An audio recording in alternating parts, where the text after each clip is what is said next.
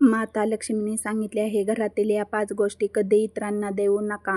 आज मी तुम्हाला माता लक्ष्मीची एक प्राचीन कथा सांगणार आहे. कथेद्वारे तुम्हाला समजले की स्त्रीने आपल्या घरातील कोणकोणत्या वस्तू इतरांना देऊ नयेत. जी स्त्री या वस्तू इतरांना देते, माता लक्ष्मी तिच्या घरातून कायमस्वरूपी निघून जाते.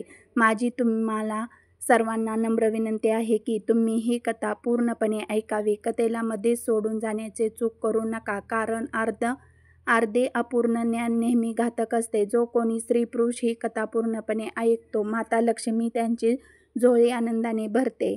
चला तर मग मित्रांनो, अधिक वेळ न लावता आपण आपल्या कथेला सुरुवात करूया. जुन्या काळातील गोष्ट आहे. मध्य देशात एक अतिशय सुंदर नगर होते. त्या नगरामध्ये कलावतीच्या नावाचे श्रीपती सासू सासरे यांच्यासोबत राहत होती. कलावती हे एक पतिव्रता आणि पूर्ण मनोभावी धर्माचे पालन करणारी स्त्री होती. त्याचबरोबर कलावती घरकामात कुशाल आणि हुशार होती. कलावती स्वभावाने खूप दयाळू होती. ती नेहमी इतरांना मदत करत असे. कलावतीचा पती गोपीनाथ हा एक व्यापारी होता. नगरामध्ये त्याचे धान्याचा आणि जीवनावश्यक वस्तूचे दुकान होते. लोकांना दैनंदिन जीवनातील लागणाऱ्या वस्तू तो ज्याच्या दुकानात विकत असे. कलावतीचे तिच्या पतीवर खूप प्रेम होते. कलावती नवऱ्याला देवासमान पूजनेयाचे नवऱ्याची पूर्ण मनोभावी सेवा करायची. कलावती रोज सकाळी लवकर उठायची, घराचे अंगण साफ करायची, मग रांगोळी काढून अंगण सजवायची. त्यानंतर ती घराची स्वच्छता करायची. त्यानंतर आंघोळ वगैरे उरकून ती तुळशीला जल अर्पण करून देवी देवताची पूजा करायची. अशा प्रकारे ती तिची रोजची कामे करत असत. कलावतीने कधीही कोणाचा अनादर केला नाही. ती नेहमी सगळ्यांशी गोड स्वरात बोलायची. कलावतीला पाहून सर्वजण म्हणायचे की कलावती हे लक्ष्मीसारखे गुण असलेली स्त्री आहे. ती तिच्या कुटुंबाचे खूप छान काळजी घेते. कलावती हे खूपच दानधर्म करणारी स्त्री होती. दानधर्म करताना कलावती कधीच हात मागे ठेवत नसे. जो कोणी भिकारी तिच्या दारात येत असे, तिने त्याला काही दान दिल्याशिवाय परत पाठवले. तिच्या दारातून कोणी रिकाम्या हाताने जात नसे. जो कोणी उपाशी पोटी तिच्या दारात येत असे, कलावती कधीच त्याला उपाशी पोटी परत पाठवत नसे. तिच्या दारावर आलेला सर्व भिकारी खूप आनंद होऊन तिला आशीर्वाद देऊन परतायचे. एवढेच नाही तर कलावती शेजाऱ्यांनाही मदत करायची. तिने तिच्या शेजारी राहणाऱ्या गरीब आणि दुःखी लोकांना नेहमी मदत करत असे. त्यांनी ज्यांना काही गोष्टीचा गरज असायची, कलावती विचार न करता त्या वस्तू त्यांनी देत असत. त्यामुळे कलावतीच्या शेजारी तिचे खूप अनादर करायची. हे ते पाहून अरे, ही कलावती साक्षात देवीचा अवतार आहे. देवी लक्ष्मीने स्वतः कलावतीच्या रूपाने जन्म घेतला आहे. लोक कलावतीचे भरून कौतुक करायचे. सगळे तिच्याबद्दल चांगले बोलायचे. परंतु या गोष्टी कलावतीने कधीही गर्व बाळगवला नाही. ती नेहमी सगळ्यांशी अनादर बोलायची. एक दिवशी कलावतीचे एक शेजारी तिच्या घरी येतो. कलावती तिचे स्वागत करत आणि तिला मोठ्या प्रेमाने म्हणत, बहिणी, माझ्या घरी तुझे स्वागत आहे. आज तू माझ्या घरी का आली आहेस? तुला काही हवे असेल तर मला सांग, मी तुला नक्कीच मदत करेन. कलावतीची शेजारीण म्हणते, अगं कलावती बहिणी, आज माझ्या घरी माझे नातेवाईक आले आहेत. मी त्याच्यासाठी जेवण बनवत आहे. परंतु माझ्याकडे पळपट लाटणे आणि तवा नाही. त्यामुळेच मी तुझ्याकडे पळपट लाटणे आणि तवा मागण्यात आली आहे. जर तू मला या गोष्टी दिल्या तर तुझ्या माझ्यावर मोठी कृपा होईल. कामे पूर्ण झाल्यावर मी त्या वस्तू तुला परत करील. कलावती म्हणाली, बहीण, यात काय मोठे आहे? मला ते पळपट लाटणे तव्याची गरज नाही, म्हणून तू घेऊन जाऊ शकते. थांब, मी आत्ताच घेऊन येते. कलावती किचनमध्ये जाते आणि किचनमधून पळपट लाटणे आणि तवा आणते आणि शेजारणीला देते. तेव्हा शेजारीण म्हणते, ताई, तुमचे खूप खूप आभार आहे. आज तुम्ही माझी खूप मोठी अडचण दूर केली आहे. स्वयंपाक पूर्ण झाल्यानंतर मी तुमचे पळपट लाटणे आणि तवा परत करीन. कलावती म्हणाली, ताई, काळजी करू नका. तुमचे काम पूर्ण झाल्यानंतर आरामात मला परत करा. शेजारीण कलावतीचे पळपट लाटणे आणि तवा घेऊन निघून जाते. काही वेळाने दुसरी स्त्री कलावतीच्या घरी येते. कलावती तिचे खूप प्रेमाने स्वागत करते आणि म्हणते, ये ताई, आज तुला माझ्याकडून काय हवे आहे? तू अजिबात संकोच करू नकोस. तुला माझ्याकडून काय हवे आहे ते सांग, मी तुला नक्कीच मदत करील. तेव्हा ती बाई म्हणते, कलावती, माझ्या घरात खूप घाण आहे आणि माझ्याकडे घर स्वच्छ करण्यासाठी काही नाही, म्हणून मी तुझ्याकडे झाडू मागायला आली आहे. जर तुला काही अडचण नसेल तर कृपया मला तुमच्या घरातील झाडू दे. मी माझे घर स्वच्छ केल्यानंतर झाडू तुला परत करील. कलावती काही विचार न करता म्हणते, ताई, तुम्हाला फक्त झाडू हवा आहे ना? मग त्यात काय अडचण असू शकते? तुम्ही थांबा, मी तुम्हाला माझ्या घरातील झाडू आणते. असे म्हणत कलावती घरात जाते आणि झाडू आणते, त्या महिलेला देते. ती बाई कलावतीच्या घरातून झाडू घेऊन निघून जाते. त्यानंतर काही वेळाने दुसरी महिला कलावतीच्या घरी येते. कलावतीचे तीच मोठ्या प्रेमाने स्वागत करते. कलावती म्हणते, ये ताई, आज माझ्या घरी कसे येणे केलेस? तुला जे काही हवे आहे ते मला न डगमगता सांग, मी तुला मदत करण्याची नक्कीच प्रयत्न करील. तेव्हा ती स्त्री म्हणते, कलावती, तू खूप दयाळू आहेस. मी तुझ्याबद्दल खूप ऐकले आहे आणि तू नेहमी सगळ्यांना मदत करत असतेस, म्हणून मी तुझ्याकडे छोटीशी मदत मागायला आली आहे. कलावती म्हणते, ताई, अजिबात संकोच करू नको. तुम्हाला जे काही हवे आहे ते मागा. जर ते माझ्याकडून असेल तर मी नकार देणार नाही. मी तुम्हाला नक्कीच मदत करेल. तेव्हा स्त्री म्हणते, कलावती, आज माझ्या घरी मुलाचे कुटुंब माझ्या मुलीला बघायला येत आहे, त्यामुळे मला थोडीशी काळजी वाटत आहे, कारण माझ्याकडे माझ्या मुलीला घालण्यासाठी एक सुद्धा दागिना नाही, त्याचबरोबर चांगली साडीसुद्धा नाही. मला काहीच कळत नाही की मी माझ्या मुलीला मुलासमोर कशी उभा करू. अंगावर दागिने आणि चांगली साडी नसल्यामुळे मुलीकडचे पाहुणे लगेचच माझ्या मुलीला नाकारून निघून जातील. कृपया तुझी मला माझ्या मुलीसाठी काही दागिने आणि कपडे दे. मी एका दिवसाने ते सर्व परत करील. जेव्हा बघण्याचे कार्यक्रम पूर्ण होईल तेव्हा मी तुमचे दागिने परत करील. शेजारीने हे म्हणणे ऐकल्यानंतर कलावती म्हणाली, ताई, काळजी करू नकोस. तुझी मुलगी माझे लहान बहिणीसारखी आहे. मी तिला नक्कीच मदत करेल. मी तुला माझे दागिने आणि साडी आत्ताच देते, जी नेसल्यावर तुझी मुलगी राजकुमारनीसारखी दिसेल. मग कलावती आज जाते आणि दागिने साडी आणते आणि शेजारणीला देते. ती स्त्री आनंदाने कलावतीचे दागिने आणि साडी घेऊन निघून जाते. संध्याकाळी आणखी एक शेजारीण कलावतीच्या घरी येते. कलावती तिचे खूपच प्रेमाने स्वागत करत आणि म्हणते, ये बहिणी, मला सांग, तू आज माझ्या घरी का आली आहेस? मी तुला कशी मदत करू शकते? तुम्हाला जे काही हवे आहे ते मी तुला न डगमगता सांग, मी तुम्हाला नक्कीच मदत करेल. शेजारीण म्हणते, अगं कलावती बहिणी, तू खूप दयाळू आहेस आणि प्रत्येकाला मदत करतेस, म्हणून मी तुझ्याकडे आली आहे. माझ्या मुलाला भूक लागली आहे. माझ्याकडून त्याला घ्यायला दूध नाही, म्हणून मी तुझ्याकडे दूध मागायला आली आहे. जर मला थोडे दूध मिळाले तर खूप मोठे उपकार होतील. कलावती म्हणाली, अगं ताई, यात काय मोठे गोष्ट आहे. मी आत्ता तुला दूध आणून देते. कलावती किचनमध्ये जाते आणि दूध घेऊन येते. ते दूध शेजारणीला देते. शेजारीण आनंदाने दूध घेऊन निघून जाते. अशा प्रकारे कलावती तिच्या घरी आलेल्या सर्वांची मदत करते आणि आनंदाने घरातील कामे करू लागते. त्यानंतर रात्री तिचा नवरा घरी परततो. कलावती आपल्या पतीला नमस्कार करते आणि त्याची चांगली सेवा करते. रात्री पती पत्नी दोघेही सुखाने झोपतात. दुसऱ्या दिवशी जेव्हा त्यांना जाग येते तेव्हा त्यांना एक वाईट बातमी ऐकायला मिळते.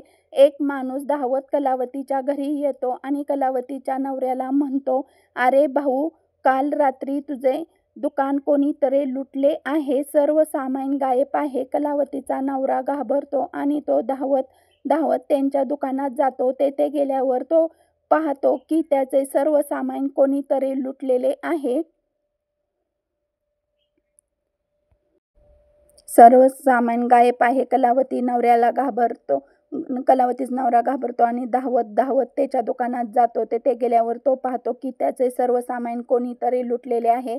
त्याच्या दुकानात ठेवलेले सर्व पैसेही चोरीला गेले. त्याला दिसतो. तो दुःखी आणि निराश होऊन घरी परततो आणि कलावतीला सर्व काही सांगतो. हे ऐकून कलावती खूप दुःखी होते. कलावती म्हणते, काळजी करू नका. आपल्या घरात अजूनही खूप पैसा आहे. त्या पैशाच्या मदतीने तुम्हाला पुन्हा व्यवसाय सुरू करता येईल. त्यानंतर कलावती तिच्या घराची तिजोरी पाहते, परंतु तीही पूर्णपणे रिकामी दिसते. त्यातील सर्व सामान, सर्व पैसे चोरीला गेले होते. हे पाहून कलावती खूप दुःखी होते. हे कसे घडले हे तिला काहीच समजत नाही. कलावतीचा नवरा तिच्यावर खूप रागवतो आणि कलावतीला विचारतो, खरे सांग, घरात ठेवलेले सगळे पैसे कोठे गेले? कलावती म्हणते, अहो दिवसभर मी घरीच होती, सगळे पैसे तिजोरीत होते, परंतु आता सर्व पैसे गायब आहेत.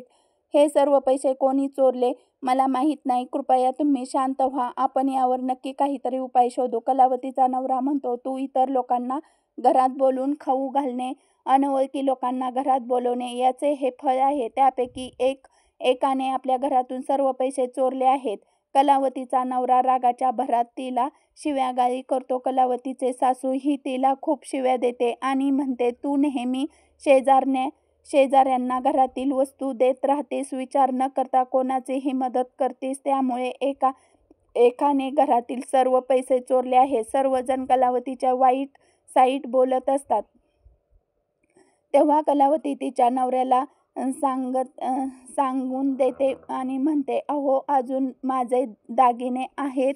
मी माझे काही दागिने आपल्या शेजारणीला दिले होते. मी त्यांच्याकडून दागिने घेऊन परत येते.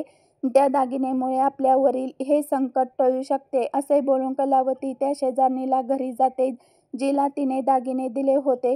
परंतु तेथे गेल्यावर तिला मोठा धक्काच बसतो. तो पाहते की तिच्या घरी कोण नाही. ती महिला घर सोडून कलावतीचे दागिने घेऊन पळून गेली आहे. कलावती निराश होऊन घरी परतते आणि तिच्या पतीला सर्व काही सांगते. कलावतीचे बोलणे ऐकून तिचा नवरा खूपच चिडतो आणि कलावतीला शिव्यागाळी करू लागतो. कलावतीचा नवरा म्हणतो, अगं कलावती, तू मूर्ख आहेस का? तुझ्यामुळे मी माझी सर्व संपत्ती आणि समृद्धी गमावलं आहे. तुझ्या या दान देण्याचे सवयीमुळे आज मला या समस्याला सामोरे जावे लागले आहे. ते काही नाही, आता तू या घरात राहू शकत नाही. तू आत्ताच या घरातून चालती हो. कलावती म्हणते, अहो तुम्ही हे काय म्हणत आहात? तुमच्याशिवाय या जगात माझे कोणीही नाही. तुम्हाला सोडून मी कोठे जाऊ? कलावतीचा नवरा म्हणतो, तुला वाटेल तेथे जा, पण या घरात तू राहू शकत नाहीस. तुझ्यामुळे माझे सर्व काही उद्ध्वस्त झाले आहे. तू हे घर उद्ध्वस्त केले आहे. कलावती तिच्या नवऱ्याला हात जोडून विनंती करू लागते, हे स्वामी, असे बोलू नका. मी कोणत्याही गुन्हा केलेला नाही. मी तुमच्याशिवाय जगू शकत नाही. प्लीज मला घराबाहेर काढू नका. पण कलावतीचा नवरा तिचे ऐकत नाही आणि तो तिला घराबाहेर काढतो आणि म्हणतो, आता तू येथून चालती हो आणि परत तुझे तोंड दाखवू नकोस. तू नदीत उडी मारून जीव दिलास तरी चालेल, परंतु आता येथे राहू नको. अखेरी नाईलाजाने दुःखी होऊन कलावती रडत रडत तिच्या घरातून निघून जाते. जाताना कलावती माता लक्ष्मीच्या मंदिरात जाते आणि माता लक्ष्मीला प्रार्थना करते.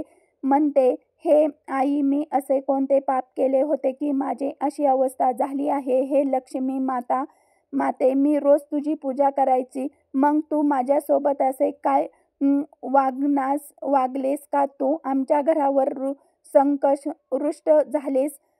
हे आई, मी असा काय गुन्हा केला आहे की तू माझ्यावर रागवली आहेस? कलावती मंदिरात खूप रडते. मग ती विचार करते की माझा नवरा मला स्वीकारणार नाही. मग मी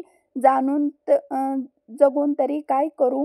माझ्यामुळे माझ्या पतीची अशी वाईट अवस्था झाली असेल तर मला जगण्याचा अधिकार नाही. असा विचार करून कलावती आपले जीव घ्यायला नदीकडे जाऊ लागली. नदीजवळ जाऊन कलावती लक्ष्मीची प्रार्थना करते, हे देवी लक्ष्मी, आता मी माझे प्राण त्यागणार आहे. तुझी भक्ती करण्यामध्ये माझे काही चुकले असेल तर मला क्षमा कर. मी माझ्या पतीशिवाय जगू शकत नाही आणि म्हणूनच मी आता नदीत उडी मारून जीव देत आहे. असे म्हणत कलावती नदीत उडी मारायची होती तेव्हा त्या ठिकाणी साक्षात लक्ष्मी माता प्रगट होती. देवी लक्ष्मी कलावतीचे म्हणते, कलावती, मला मुली थांब, तू काय करतेस? कलावती डोळे उघडते आणि पाहते की देवी लक्ष्मी तिच्या समोर उभे आहे.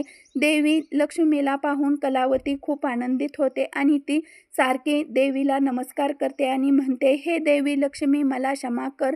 मी फार मोठे पाप करणार होती. देवी लक्ष्मी म्हणते, हे कलावती, माणसाने कधीच स्वतःचे जीव घेऊ नये. हे खूप मोठे पाप आहे. भगवंताने दिलेले शरीर असे नष्ट करू नये.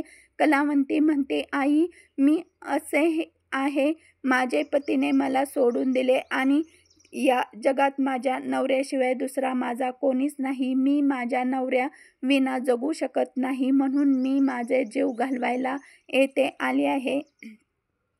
देवी लक्ष्मी म्हणते, हे कलावती, मला सर्व काही माहीत आहे आणि मला हे देखील माहीत आहे की तुझ्या पतीने तुला का सोडले आहे. ही सर्व तुझी चुकीमुळे घडले आहे. तू अजाणतपणे अशी काही गोष्ट दान केली होत्या, त्यामुळे मला तुझे घर सोडावे लागले. जी स्त्री आपल्या घरातील या वस्तू दुसऱ्यांना देते, मी त्यांच्या घरात कधीच राहत नाही. मी त्या गोष्टीसोबतच मी त्याचे घर सोडून तेव्हा कलावती म्हणते, ते आई, ते कोणत्या गोष्टी आहेत? कृपया मला सांग. मी कोणत्या वस्तू दान केल्या ज्यामुळे तुम्ही माझे घर सोडले आहे? देवी लक्ष्मी म्हणते, हे पोरी, आता तू लक्षपूर्वक ऐक. मी तुला त्या गोष्टी सांगेन ज्या कोणत्याही स्त्रीने इतरांना देऊ नयेत. जो कोणी या गोष्टीचे दान करते, मी ते घर सोडून. ही कलावती, पहिली गोष्ट म्हणजे पळपट लाटणे आणि तवा. कोणत्याही महिलेने तिच्या घरातील पळपट लाटणे आणि तवा इतरांना देऊ नये. स्वयंपाकघरातील या गोष्टीचे सर्वसाधारण महत्त्व आहे. या गोष्टी शुद्धता सदैव राखली पाहिजे. या वस्तूपासून भगवान श्री हरिविष्णूसाठी प्रसाद बनवला जातो. त्याचबरोबर तव्यावर बनवलेली पहिली भाकर नेहमी गाईला खायला दिली जाते. म्हणून या गोष्टी नेहमी स्वच्छ आणि शुद्ध ठेवाव्यात. इतरांना दिल्यास अशुद्ध होऊ शकतात आणि त्यांचा वापर केल्यास अशुभ परिणाम मिळतात. कलावती, तुझ्या स्वयंपाकघरातील पळपट लाटणे आणि तवा तू तुझ्या शेजारणीला देऊन तू खूप मोठी चूक केली आहे. पुढे माता लक्ष्मी म्हणते, हे कलावती, आता दुसरी गोष्ट ऐक. तू तुझ्या घरात ठेवलेला झाडू तुझ्या शेजारणीला दिला आहेस. ती वस्तू ज्यामध्ये मी नेहमी राहते, जी गोष्ट मला प्रिय आहे, तीच वस्तू तू शेजारणीला दिलीस. मग मी तुझ्या घरी कशी राहू शकते? हे कलावती, जी बाई तिच्या घरातील झाडू दुसऱ्याला देते, मी तिचे घर सोडून झाडूने घर स्वच्छ केले जाते आणि जेथे स्वच्छता असते तेथेच माझा वास असतो. कलावती, लक्षात ठेव, झाडू नेहमी घरात लपवून ठेवायचा. बाहेरच्या माणसाची ही नजर झाडूवर पडणार नाही अशा ठिकाणी झाडू ठेवावे. झाडू हे अंत्यपवित्र आहे, वस्तू आहे, त्याला पायाने स्पर्श करू नये आणि विष्टासारखे कोणतेही घाण कधीही झाडूनी साफ करू नये. माता लक्ष्मी म्हणते, हे कलावती, आता तिसरी गोष्ट ऐक. स्त्रीने तिचे दागिने कधी दुसऱ्या स्त्रीला देऊ नयेत. माझा वास दागिन्यामध्ये सुद्धा आहे. स्त्रीच्या 16 अलंकारामध्ये दागिना खूप महत्त्वाचा आहे. विवाहित स्त्रीने तिचे दागिने कधीही दुसऱ्या स्त्रीला घालण्यासाठी देऊ नये. जी स्त्री तिचे दागिने इतर स्त्रियांना देते, तिला तिच्या आयुष्यातील दुर्दैवाचा सामना करावा लागतो. हे कलावती, आता मी तुला चौथ्या गोष्टीबद्दल सांगते. संध्याकाळनंतर पांढऱ्या रंगाच्या वस्तू कधीही दान करू नका. कलावती, तू संध्याकाळी दूध दान केले होते. संध्याकाळी दूध दान केल्याने जीवनात संकट येतात. संध्याकाळच्या वेळी पांढऱ्या रंगाच्या वस्तू दान केल्याने माणसाच्या आयुष्यातील अशुभ काळ येतो. माता लक्ष्मी म्हणते, कलावती, आता मी तुला सर्व गोष्टी सांगितल्या आहेत. ज्या वस्तू कधीही दान करू नये, त्या गोष्टी इतरांना उधारावर किंवा वापरण्यासाठी कधी देऊ नयेत. कलावती म्हणते, हे माता लक्ष्मी, माझ्याकडून खूप मोठी चूक झाली आहे. मला या गोष्टीची माहीत नव्हती. कृपया मला क्षमा करा. आत्ताच त्याचे प्रायश्चित्त करण्याचा मार्ग सांगा. देवी लक्ष्मी म्हणते, हे कलावती, तू आधीच प्रायश्चित्त केले आहेस, म्हणून आता तुझ्या घरी परत जा. मी तुझ्या सर्व संपत्ती आणि समृद्धी तुला परत करत आहे. असे म्हणत मा लक्ष्मी त्या ठिकाणाहून अर्थध्यान विलयन होते. मग कलावतीचे माता लक्ष्मीचा आभार मानते आणि तिच्या ठिकाणाहून घराकडे जाऊ लागली. तेवढ्यात कलावतीचा नवरा तिला शोधत शोधत तिच्या दिशेने येत असतो. ते कलावतीकडे येते आणि तिची माफी मागतो आणि कलावती, मला क्षमा कर, मी तुला खूप वाईट बोललो होतो. तू साक्षात माता लक्ष्मीचा अवतार आहेस. माता लक्ष्मीच्या कृपेने आपल्याला आपली सर्व संपत्ती परत मिळाली आहे. आपली सर्व संपत्ती आणि समृद्धी परत आली आहे. ज्याने आपली संपत्ती लुटली होती त्याने आपली संपत्ती आपल्याला परत केली आहे आणि तुझे नाव घेऊन माफी मागितली आहे. ती सर्व चोर म्हणाले, स्वतः माता लक्ष्मी आमच्या स्वप्नात आली होती आणि मातेने आम्हाला कलावंतीचे सर्व धन परत करण्याचे सांगितले आहे. जर आम्ही असे केले नाही तर मातेचे रुद्ररूपाचा सामना आम्हाला करावा लागेल. अशा मातेने आम्हाला चैतन्यवाणी दिली आहे. त्यामुळे आम्हाला तुमचे धन नकोय आणि आजपासून पुन्हा कधीच आम्ही चोरी करणार नाही, असे त्या चोराने सांगितले. हे ऐकून कलावती खूप आनंदित झाली आणि त्यानंतर ती तिच्या पतीसह घरी परतली. देवी लक्ष्मीच्या कृपेने कलावतीच्या घरात सुख समृद्धी परत येते आणि त्यानंतर कलावतीने तिच्या घरातील या 4 गोष्टी इतरांना कधीच दिल्या नाहीत. तर मला आशा आहे की तुम्हाला ही कथा आवडली असेल. व्हिडिओ आवडला असेल तर व्हिडिओला लाईक करायला विसरू नका. त्याचबरोबर कमेंटमध्ये जय माता लक्ष्मी लिहायला बिलकुल विसरू नका. भेटूया पुढच्या अशाच एक ज्ञान